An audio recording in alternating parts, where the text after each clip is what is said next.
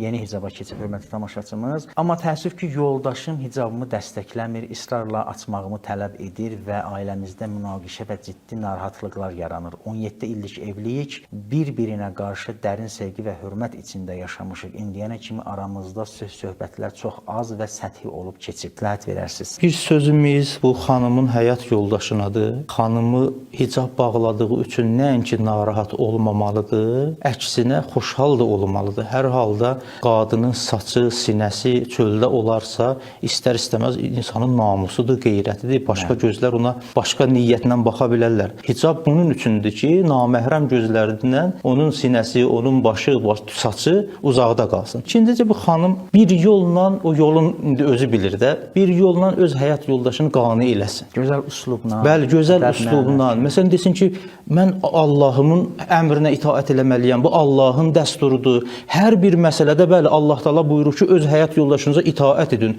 Amma vacibi məsələlərdə mənim yaradanımın hökmü sənin sözündən mənə önəmli olmalıdır.